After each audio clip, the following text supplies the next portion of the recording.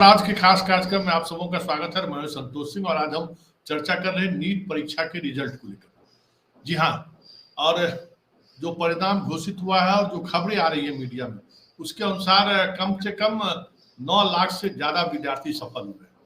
तो ये 9 लाख से ज्यादा विद्यार्थी के सफल होने का मतलब क्या है, और जो परिणाम आया है वो परिणाम बिहार और झारखंड के बच्चों के लिए कितना महत्वपूर्ण है, किस तरीके से और तैयारी करने की जरूरत है, और जो परीक्षा में लगातार जो विलंब हुआ इस वजह से क्या प्रभाव बच्चों की मनोदशा पर पड़ा होगा। कई ऐसे सवाल है जिन सवालों पर हम चर्चा करेंगे। और अब हम सीधे चलते हैं रांची, जहां हमारे साथ विकास जी जुड़े हुए हैं। विकास जी के बारे में हम आपको बता दें, तमाम दर्शकों को बता दें कि बिहार और झारखंड में मेरा जो व्यक्तिगत अनुभव है, हम अपने बच्चे की पढ़ाई के सिलसिले में कई शिक्षकों से हमारी मुलाकात हुई है, कई ऐसे शिक्षक से भी मुलाकात हुई है जो इस क्षेत्र के एक्सपर्ट माने जाते हैं नीट और आईआईटी जेईई के लिए।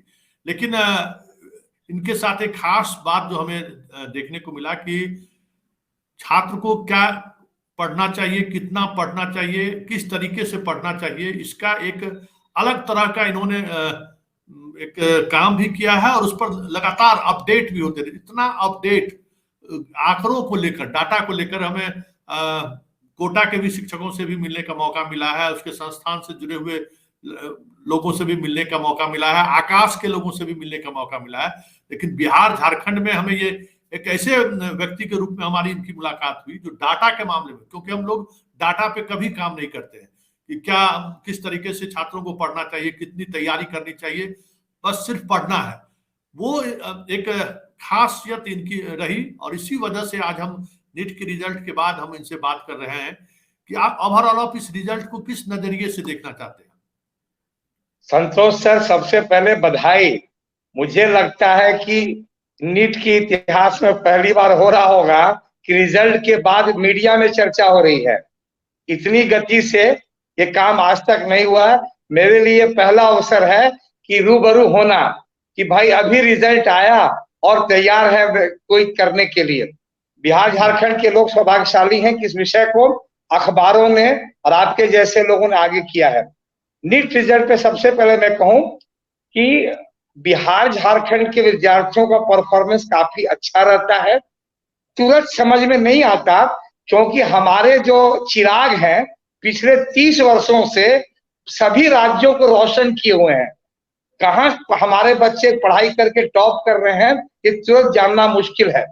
पर अभी जो आंकड़े मेरे पास हैं, जब से आपने ये जानकारी के लिए कहा, बिहार जो टॉपर है, स्टेट वाइज आंकड़ा जारी किया गया है। आपको सबसे पहले मैं ये बता दूं कि जो ऑल इंडिया टॉपर हैं उसके बारे में बता दूं। ऑल इंडिया जो टॉप की हैं वो बच्चे राजस्थान स्टेट कैडर से हैं और आपको बता दूं 715 मार्क्स पे टॉप किया है। इस आपने बड़ी अच्छी लाइन लिखी है तो मैंने पूरा लाइन लेंथ बदल दिया। आपसे सुबह जो बात हुई, आपने जब अभी लिखा है कि बच्चों को क्या सीख लेनी चाहिए, तो मेरी तो पूरी लाइन लेंथ बदल गई। मैंने कहा कि अब जो सर लिखे हैं उसी पे करें। बहुत अच्छा टर्म है, सीख क्या लेनी चाहिए। सीख किनके लिए है? जो बच्चे अभी 12th में है, 11th में है, 10th में है और 9th में है। 9th से ही और बच्चों से ज्यादा सीख पेरेंट्स को लेनी है। तो जो थीम है अपने स्वराज का कि क्या सीख लेनी चाहिए, पहली सीख है कि टॉपर बनने का सपना सबको देखना होगा। बिहार झारखंड की धरती से अनेकों टॉपर बने हैं, अभी भी काफी अच्छा परफॉर्मेंस रहा है। टॉपर का जो स्कोर है इस बार वो 715 है, 715 आउट ऑफ 720। ये चमत्कार है, ये बहुत बड़ा नंबर है। और आपको ये भी जान के आश्चर्य होगा संतोष सर कि 715 नंबर पे 4 बच्चे हैं। ये दुर्भाग्य है उन 3 बच्चों का जिनको ऑल इंडिया रैंक 1 नहीं कहा जा रहा है। रैंक 1 जो है वो तनिष्का का है और वेरीफाइड सूत्रों के आधार पर मैं बता रहा हूं ये बच्चा एलन कोटा का है।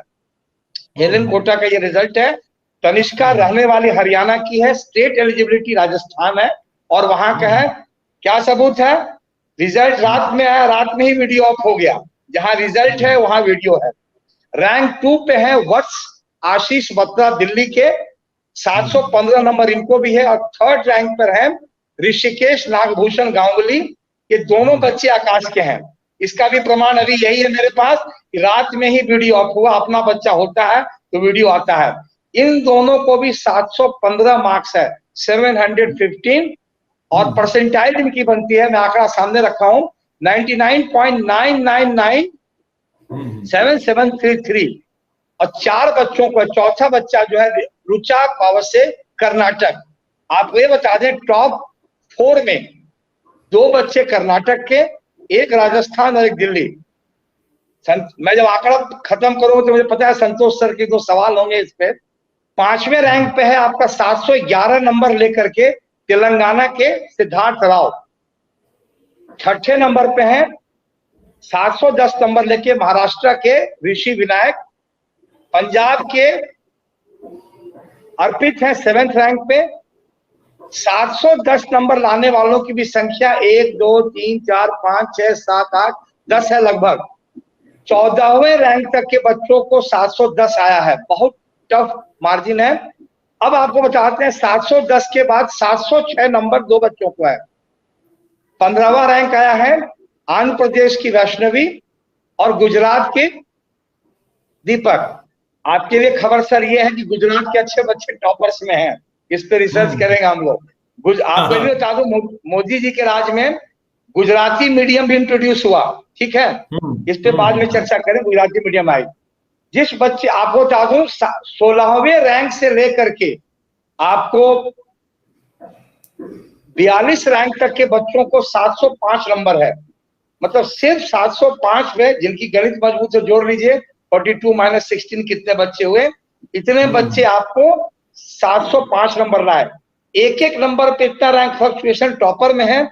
पेरेंट्स को सीख क्या लेनी है, एक नंबर अगर और नीचे स्लैब में जाएंगे 100 से 1000 रैंक नीचे चला जाएगा। जैसे कहा गया एयरटेल में हर एक दोस्त जरूरी होता है, हर एक फ्रेंड, उसी तरह नीट में हर एक मार्क्स जरूरी होता है। आप बता दें जो 50वां रैंक बच्चे का है वो तेलंगाना के है। स्टेट टॉपर भी मैं आपको अनाउंस करूंगा आपके शो पे, वरुण अदिति, इनका मार्क्स है 700। 50वां रैंक का बच्चा 700 पे खत्म हो जा रहा है। अब संतोष सर का सवाल होगा, बिहार झारखंड के बच्चे कहाँ हैं इसमें? टॉप 50 में कोई नहीं है। बिहार का जो बच्चा है 68 रैंक पर है, वो भी काफी अच्छा रैंक है। पेरेंट्स को एक बात समझना पड़ेगा, रैंक 1 to 100 एक बहुत बड़ी बात है। एक एक नंबर का फ्लक्चुएशन, एक क्वेश्चन का फ्लक्चुएशन। वो बच्चा किस कोचिंग संस्थान का भी मेरी जानकारी नहीं है। स्टेट टॉपर भी आपको भी अनाउंस करते हैं, स्टेट टॉपर की घोषणा। और ये लिस्ट मेरी लिस्ट नहीं है, कोचिंग का नाम तो मैं अपने डाटा एनालिसिस से बता रहा हूं। ये एनालिसिस निट की है ऑफिशियल, और निट के साइट पे अपलोडेड है, तो वेरीफाइड डाटा आपको बता दे रहे हैं। एक यहाँ पे जानकारी और दे दें आपको, ईडब्ल्यूएस कैटेगरी का भी टॉपर घोषित किया गया है। गुजरात के टॉपर हैं ऋषि अरविंद भाई, ईडब्ल्यूएस कैटेगरी के टॉपर जो हैं वो गुजरात से हैं, 701 नंबर। हम कैटेगरी वाइज भी टॉपर अनाउंस करेंगे, पर आपको सबसे पहले बता दें जो स्टेट टॉपर की लिस्ट जो आई है। स्टेट टॉपर, हमारा डोमेन तो बिहार झारखंड है, लेकिन स्टेट चूंकि ऑल इंडिया रैंक है, चर्चा कर लेते हैं। राजस्थान की टॉपर तनिष्का है, और तनिष्का ऑल इंडिया टॉपर भी है। दिल्ली के टॉपर वत्स हैं, ये आकाश स्टूडेंट है। कर्नाटक के टॉपर ऋषिकेश नागभूषण गांगुली। 4th जो तेलंगाना के टॉपर है सिद्धार्थ राव है। महाराष्ट्र के टॉपर ऋषि हैं, 710 नंबर इनको भी है। पंजाब टॉपर अर्पित नारंग है। गुजरात टॉपर जील विपुल न्यास।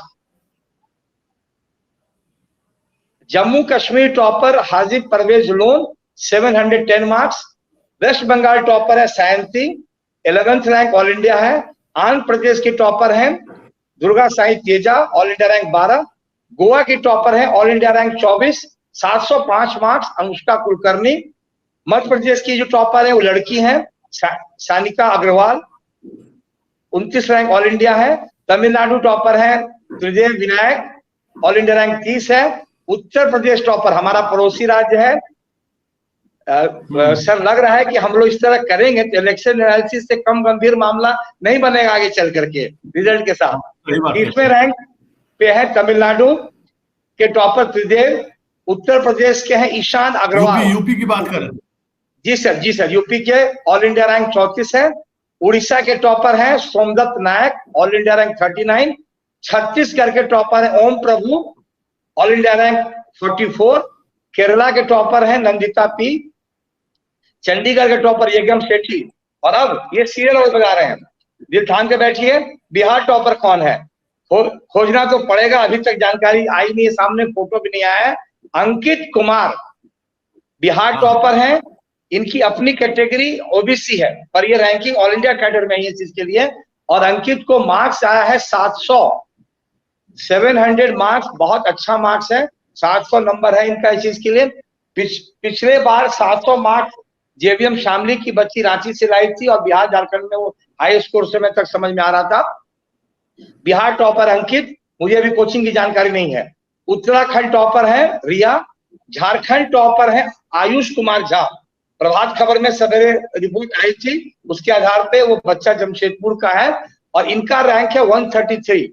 मतलब बिहार झारखंड का जो बेस्ट रैंक हुआ वो 68 है बिहार का बच्चा, और अभी तक 68 के बीच में भी बहुत लोग होंगे। 133 रैंक लाकर झारखंड टॉपर आपके बने हैं आयुष कुमार झा। और ये ईडब्ल्यूएस कैटेगरी में ऑल इंडिया रैंक 9 है आयुष की। आयुष ईडब्ल्यूएस कैटेगरी में भी है, ऑल इंडिया रैंक 9 है। और संतोष जी, आपने जो तारीफ की, उस तारीफ के लिए तो 10 साल से परेशान थे, कोई कह दे कि कोचिंग वालों से ज्यादा मेहनत हमने की है। चलिए आगे बढ़ते हैं बात। मेघालय के टॉपर हैं गौतम कुमार। देखिएगा ये कुमार वाले कहीं ना कहीं बिहार वाले होंगे, हर स्टेट में टॉपर में बिहार निकल रहे हैं। लद्दाख में नवाज अली हैं। पल्लवी चौहान अरुणाचल प्रदेश से, और अरुणाचल प्रदेश के जो टॉपर है 21,000 रैंक में अरुणाचल से टॉप कर गई हैं, स्टेट टॉपर जो है। Mizoram topper फरजीना Yasmeen Lashkar, 34,000 rank. Daman and Diu के topper Parmar Manav. All in her state के टॉपर्स हैं, इनकी जानकारी दे दी आपको हमने। ये जो हर स्टेट का टॉपर है, ये आधार मतलब मान लीजिए ऑल इंडिया एक रैंक हुआ, उसके बाद स्टेट वाइज रैंक हुआ, तो इनका एडमिशन को लेकर क्या, जैसे अब 23,000 अरुणाचल प्रदेश में जो 23,000 लाई है वो वहां की टॉपर है, तो उनको कॉलेज कौन सा मिलेगा? सर दो चीज समझ लीजिएगा, इस काउंसलिंग प्रोसेस को हम डिटेल में बता देते हैं आपको। सबसे पहले आपको आपके मंच के माध्यम से मैं बता देना चाह रहा हूं कि सीटों की संख्या क्या है राज्यवार, और जो क्या कॉलेजेस मिलते हैं पूरे इंडिया में। अभी जो डाटा है एमसीआई के वेबसाइट पे, और आपको पूरे इंडिया में अभी जो संख्या है कॉलेजेस की 612 कॉलेजेस आपको पूरे इंडिया में है, जिसमें 92,000 सीटें हैं, 92,000। और एक बात ऑन रिकॉर्ड में कहूंगा कि पिछले 8 वर्षों में जो सबसे बढ़िया काम एजुकेशन सेक्टर में हुआ है वो मेडिसिन में हुआ है। मैं 2014 में जब हमने काउंसलिंग नीट काउंसलिंग की थी तो 55,225 बच्चे, वो हम लोग एक आर्टिकल छपा था। अभी 92,000 बच्चे हैं, तो 92,000 बच्चे एमबीबीएस में दाखिला ले सकते हैं। और इसके सीटों के आपको गणित को समझना है। ये जो 92,000 बच्चे हैं, 311 गवर्नमेंट कॉलेज है, गवर्नमेंट कॉलेज 311 और 301 प्राइवेट। अब इस डाटा में कई बार थोड़ी एक्यूरेसी की कमी भी रहती है, क्योंकि सरकार जिस दिन काउंसलिंग करती है वो डेट कोई और होता है। कई कॉलेजेस पे केस चलते हैं तो सीटें खत्म हो जाती हैं। तो पर ये अभी कल का स्टेटस है, और सवेरे का कि 612 कॉलेज में 92,000 सीटें हैं। तो आज कोई भी बच्चा जो सीरियस एस्पिरेंट होगा, अब दिल्ली दूर नहीं। अब कॉलेजेस कैसे मिलते हैं, इसके लिए काउंसलिंग होती है। काउंसलिंग 2 तरीके की होती है। एक काउंसलिंग होती है जो सेंट्रलाइज्ड काउंसलिंग होती है, 15% ऑल इंडिया कोटा, ठीक है। अब 15% ऑल इंडिया कोटा के लिए आपको जो काउंसलिंग होती है, इसमें आपको जितने राज्य हैं, जैसे बिहार है, बिहार के 85% सीट जो है वो बिहार के बच्चों को मिलेगा, लेकिन 15% सीट जो है ऑल इंडिया के बच्चों को मिलेगा। झारखंड का भी 85% सीट झारखंड के बच्चों को मिलेगा, बाकी को 15% ऑल इंडिया। उसी तरह पूरे 15% कोटा की जो सीटें हैं उस पे काउंसलिंग होगी इस सीट मैट्रिक्स पे एक अलग से चर्चा कर लेंगे हम लोग। आज समरी ये बता दें कि ऑल इंडिया कोटा के माध्यम से 15% प्लस प्राइवेट जो यूनिवर्सिटी है, डीम्ड यूनिवर्सिटी, आपके माध्यम से एक जोरदार ऐलान करना चाह रहा हूं। ये बात लोग जानते हैं पर यकीन नहीं होता है। 2016 के बाद इस गवर्नमेंट के कारण मेडिकल काउंसलिंग में ट्रांसपेरेंसी है। धरती की कोई ताकत किसी बच्चे को बिना काउंसलिंग प्रोसेस के एडमिशन नहीं दिला सकती है। जब काउंसलिंग प्रोसेस खत्म होगा तब ओनर के हाथ में कुछ रहेगा। तो सारे बच्चों को काउंसलिंग प्रोसेस जाननी पड़ेगी। जिन बड़े बड़े कॉलेजेस के नाम पे बड़े बड़े चीजें होती हैं, विस्तार से संतोष सर बताएंगे जब अपनी चीजें होंगी, उन जगह पे भी। हेलो, ठीक है जी। हाँ हाँ हाँ, आवाज आ रही है आपकी। जी जी। तो आपको तो ये और 85% हर स्टेट की काउंसलिंग अलग तरीके से होती है। बिहार के बच्चों को, जो बिहार के डोमिसाइल वाले होंगे, उनको बिहार के कॉलेजेस में आपको सीटें मिलेगी। बिहार में कितने कॉलेज है आपको बता दें इस चीज के लिए। पूरे बिहार में अभी 20 कॉलेज हैं, 12 गवर्नमेंट, 8 प्राइवेट। 1515 सीटें हैं गवर्नमेंट की, 900 सीटें हैं प्राइवेट की। और बिहार के भी इन कॉलेजेस में सीधे काउंसलिंग से दाखिला मिलता है, अन्यत्र परेशान होने की जरूरत नहीं है। और झारखंड में टोटल 9 कॉलेजेस हैं, 7 सरकारी और 2 आपको प्राइवेट। 7 सरकारी में 680 सीटें हैं, 630 सीटें स्टेट काउंसलिंग से हैं, के झारखंड के लोकल कॉलेजेस के हैं, 50 सीटें एम्स की है। ये टोटल सीट का मैट्रिक्स है और इनकी काउंसलिंग प्रक्रिया नीट के द्वारा ही नोटिफाइड होती है। जी सर। अच्छा, एक सवाल ये है कि जो रिजल्ट आया, जिस तरीके से अभी आप देख रहे हैं कि 715 नंबर वाले बच्चों का जो है सो टॉपर लिस्ट में है, अखबार में जो हेडलाइन खबर छपी है कि 9,94,000 छात्र जो है परीक्षा में पास किए हैं। ये क्या है? ठीक है सर। ये सफल हुए, ये क्या मतलब हुआ? जी जी, बहुत ये अच्छा सवाल आपने किया सर। मैं 1 मिनट माइक एडजस्ट कर रहा हूँ। हाँ, कैंसिल आ रहा है।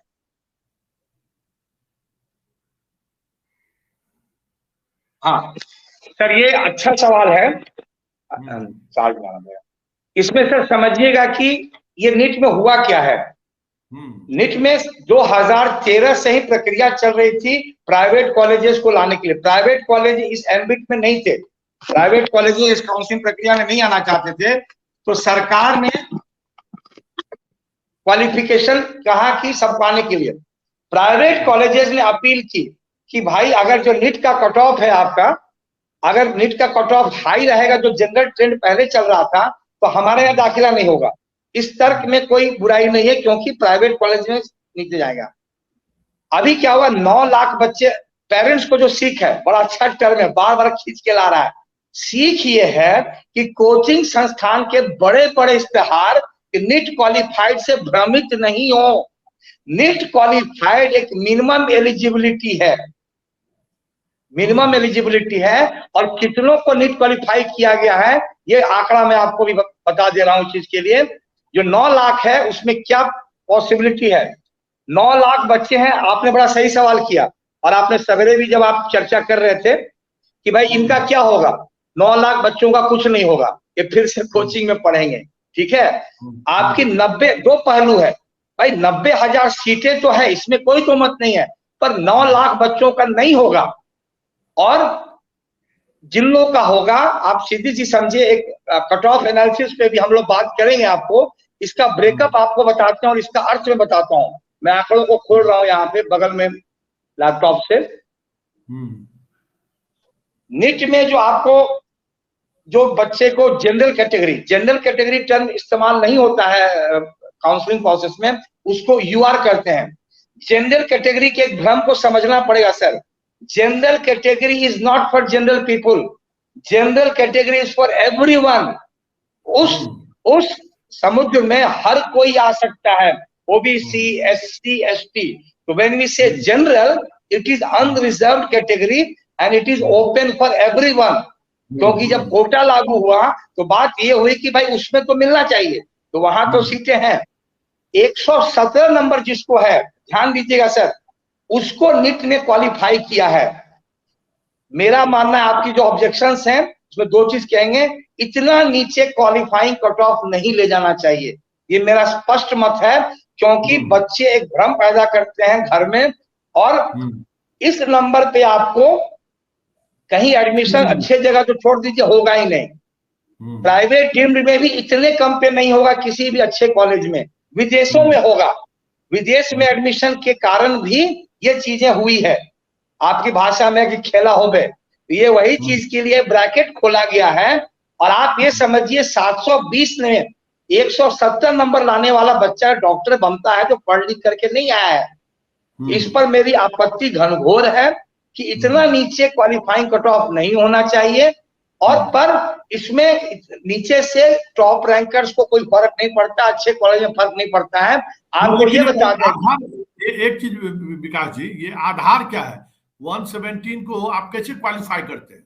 जी जी जी, बहुत, इसका आधार ये है 50th परसेंटाइल, 50वें परसेंटाइल, मतलब सरकार ने जो क्या कहा जाए तय किया है कि हर दूसरा बच्चा नीट में पास करेगा, बात सिर्फ इतनी है। तो 18 लाख है, हर साल 50% बच्चों को क्वालिफाई दिखा दिया जाता है और पूरा बाजार बनता है, ये अलग पहलू है। तो 50th परसेंटाइल को घोषित कर दिया गया, तो जिस उस परसेंटाइल पर जिस बच्चे का मार्क्स है वो क्वालिफाइंग कट ऑफ हो जाता है, ये थंब रूल है, इसमें कोई गड़बड़ी नहीं है। और जो रूल बनाया गया है 15 परसेंटाइल का, एक काउंसलर के तौर पर, एक अभिभावक के तौर पर मेरी आपत्ति है कि इतना नीचे नहीं करना चाहिए कि इस नंबर को लेके कोई मेडिकल कॉलेज चला जाए, चाहे प्राइवेट में जाए या विदेशों में जाए, तो उसके लिए न्याय मेडिकल व्यवस्था से नहीं है। विदेश में नीट कंप्लीट किए हुए बच्चों को विदेश में कोई उसका लाभ मिलता है क्या? सर अभी जो सरकार का नियम बना है, बिना नीट के विदेशों में एडमिशन नहीं हो सकता है। अच्छा, इसीलिए नीट का कट ऑफ भी नीचे गया, पहले से व्यवस्था, ये पूरी तैयारी है कि नीट का कट ऑफ नीचे जाएगा, विदेश में बच्चे एडमिशन लेंगे। तो वहां पर अभी एग्जिट एग्जाम का भी है, उसके बाद में अभिशांतर हो जाएगा, तो बाहर के लिए नीट क्वालिफाइड है। आप यही समझिए, जो एक होता है प्रथम आवत प्रथम पावत, यहाँ है जो आवत सो पावत। हर बच्चा जो क्वालिफाई कर गया है वो कहीं ना कहीं विदेश में डॉक्टर बन ही जाएगा। और चूंकि विदेश का मुद्दा आ गया है, तो आपके माध्यम से कहूंगा, ये कुरेन वालों की कहीं जगह नहीं मिलनी चाहिए। सभी लो परफॉर्मर बच्चे हैं, उनको यहाँ पे रियायत मिल करके यहाँ के बच्चों के साथ न्याय नहीं होगा। इस विषय पे इतना ही। अगला सवाल सर। नहीं तो ये मतलब एक ये है कि नीट के जो बच्चे पास किया, रिजल्ट दिए 9 लाख, उसमें विदेश में वो नामांकन ले सकते हैं, लेकिन फिर जब पढ़ाई करके आने के बाद जो आप टेस्ट लेते थे, उस टेस्ट से उनको डिबार किया गया या वो टेस्ट उनको देना है? सर इस विषय को भी मैं समझ रहा हूँ, अभी लेटेस्ट फॉलो नहीं कर पाया हूँ कोरोना के टाइम का, इस पे मैं पढ़ करके फिर आपको रिवर्ट करूंगा। पर आपको ये बता दूं, इस पे मैं गहन एनालिसिस किया हूँ। 1000 बच्चे जब जाते हैं विदेश में, तो 100 बच्चे ही यहाँ के एग्जाम को पास करते हैं। Passing percentage is 8 to 12%। अभी लेटेस्ट आंकड़ा मेरा नहीं है, लेटेस्ट पैटर्न पे मैं अपडेट नहीं हूँ, पर जो पास करने वालों की संख्या बड़ी कम है, पर फिर भी वो डॉक्टरी कर लेते हैं, हमारे यहाँ क्लिनिक खोल करके वो कर लेते हैं। तो बाहर से आकर के आपसे और हमारा एक वैचारिक मतभेद है। मतभेद ये है कि सरकारी कॉलेज नालंदा में भी खुला, बेतिया में भी खुला, पावापुरी में भी खुला, वहां न टीचर है, न लाइब्रेरी है, न बेंच है, न टेबल है, विद्यार्थी 3 साल से पढ़ रहा है। उससे तो बेहतर कम से कम यूक्रेन या किसी विदेश के किसी नहीं तो वो कर रहा है। बिल्कुल नहीं सर आप समझेंगे, कोई भी जो सरकार की व्यवस्था है ना, सरकार एक व्यक्ति नहीं है। प्रधानमंत्री जी और मुख्यमंत्री और स्वास्थ्य मंत्री की सिर्फ जिम्मेदारी नहीं है, एक संस्थान को शेप लेने में 5 से 10 वर्ष लगते हैं। हमारा बहुत क्लियर स्टैंड है। हम ये नहीं करें, वो एकदम सही है कि उसमें आपको समय लगेगा। आप पीएमसीएच बिहार का सबसे टॉप में, उसमें अधिकांश फैकल्टी नहीं है। ये आप इन चीजों को समझिए कि आपके पास फैकल्टी नहीं है, आपके पास उस तरह का इंफ्रास्ट्रक्चर नहीं है, आपके पास प्रयोगशाला उस तरीके का नहीं है, तो वो आप ठीक है, बच्चे को नीट में बेहतर रिजल्ट लेके एडमिशन तो वो ले रहा है, लेकिन आप जो कह रहे हैं कि जो फैसिलिटीज मिलना चाहिए था, जो लेटेस्ट जो चीजें सामने आ रही हैं, वो हम विदेश के बच्चों से भी हमारा वो उस तरह से इंटरेक्शन नहीं रहा है। लेकिन हम ये जरूर मानते हैं कि ये चीजें अब ओपन होनी चाहिए। अब जो बच्चा अभी आप 9 लाख आप रिजल्ट निकाल रहे हैं, वो बच्चे जब विदेश पढ़ने के लिए जाते हैं, फिर आप उसको टेस्ट लेते हैं। अब हमारे यहाँ किशनगंज है, सासाराम में जो प्राइवेट कॉलेज है, वहां बच्चे कैसे पास करते हैं आपसे बेहतर कौन जानता है? सर चीज समझिएगा, एक चीज समझिएगा जी, पहली चीज है कि ये बहुत उचित प्रश्न है, मतभेद की तो कोई बात ही नहीं है सर, आपका बिल्कुल सही चीज है। इसके लिए सरकारी पदाधिकारी इस पे जवाब देंगे। मेरा जो एंगल क्या है ना सर, कि जो बच्चे आप समझिएगा 720 में जो बच्चा 200 से कम लाया है, वो पढ़ा 12th भी ठीक से नहीं है। ऐसे बच्चों को डॉक्टर बनाने की कवायद की मैं निंदा करता हूं, चाहे विदेश से हो चाहे देश से हो। ये बच्चे जो बेसिक आप सब वर्क नहीं करके आकर के डॉक्टर बन करके आएंगे, वो अच्छे डॉक्टर। फिर देखिए, आप देखिए जिस शहर से आप आते हैं, समस्तीपुर से, जिस प्रदेश से मैं आता हूँ, बिहार से, जहां मैं झारखंड में हूँ, एक से एक नहीं जानने वाले लोग भी बड़ी अच्छी चिकित्सा करते हैं, ये एक अलग विषय है। और पढ़ करके ऐसी व्यवस्था का मैं समर्थन नहीं करता हूँ। विदेशों में जो है, आप एक चीज समझिएगा, विदेश कोई बाई चॉइस नहीं जाता है। विदेश में क्या है, इस सरकार ने एक और काम किया। हमारे यहाँ जो मेडिकल कॉलेजेस थे, वो डोनेशन चलते थे, ये कोई छुपी हुई बात नहीं है। इस गवर्नमेंट ने कहा कि आपको जितना फीस बनाना है बढ़ाइए, लेकिन पीछे से मत लीजिए, और ये लागू है सर। अब क्या है कि एक डीम्ड यूनिवर्सिटी में 12 लाख से लेकर के सवा करोड़ रुपये खर्चा होता है। तो विदेश जो बच्चा जाता है, वो इसलिए नहीं जाता है कि वो अच्छे कॉलेज के लिए जाता है, कम पैसे में डॉक्टर बन सकता है, इसलिए जाता है। इसमें भी कोई बुराई नहीं है, बहुत लोग बाहर से आके अच्छा कर रहे हैं। रांची जैसे शहर में मैं कुछ लोगों को जानता हूं, जिन लोगों ने अच्छी प्रैक्टिस की हुई है, अपने हॉस्पिटल्स बनाए हैं, कुछ यंग डॉक्टर्स और कुछ बाहर के भी डॉक्टर्स, पुराने भी। पर वो जो चीजें हैं, 20 से 25 लाख फीस में बाहर एडमिशन होता है, इसीलिए लोग विदेश जाते हैं। और इन सरकारों ने, आप ध्यान दीजिएगा, बहुत तरीके से ये बनाया जाल कि विदेश बच्चा चला जाए, यहाँ पे एडमिशन नहीं हो और यहाँ पे नीड पूरी नहीं हो, पर इस गैप को भरा जा रहा है। आपके मंच के माध्यम से एक बात और कहूंगा, मोदी गवर्नमेंट ने एक और फैसला लिया है, सीट मैट्रिक्स बढ़ेगी सर। अभी जो सीट में 92,000 बता रहा हूं, ये पिछले साल के स्टेटस के हिसाब से है। नए सीटों में इजाफा होता है, हर साल होता है। सरकार ने एक रूल लाया है कि आपको जो प्राइवेट कॉलेजेस में, हॉस्पिटल्स को भी अपग्रेड किया जाएगा कॉलेजेस में, और उसमें आधी सीटें प्राइवेट की भी होगी और आधी सरकारी होगी। ये भी एक अच्छा कदम है, मतलब नीट वालों के लिए एक अपॉर्चुनिटीज है इन चीजों के लिए। जी चलिए, बहुत बहुत धन्यवाद। हम लोग आधे घंटे तक इस इश्यूज पे बातचीत किए। बाद में भी इस तरह की जो काउंसलिंग की जब बात होगी तो हम आपसे जरूर इस तरह के मसले पर एक लाइन कह के अपनी बात समाप्त करूंगा। जब काउंसलिंग की बात हुई जी, सारे जिसको जितना आया है सभी बच्चों को शुभकामनाएं।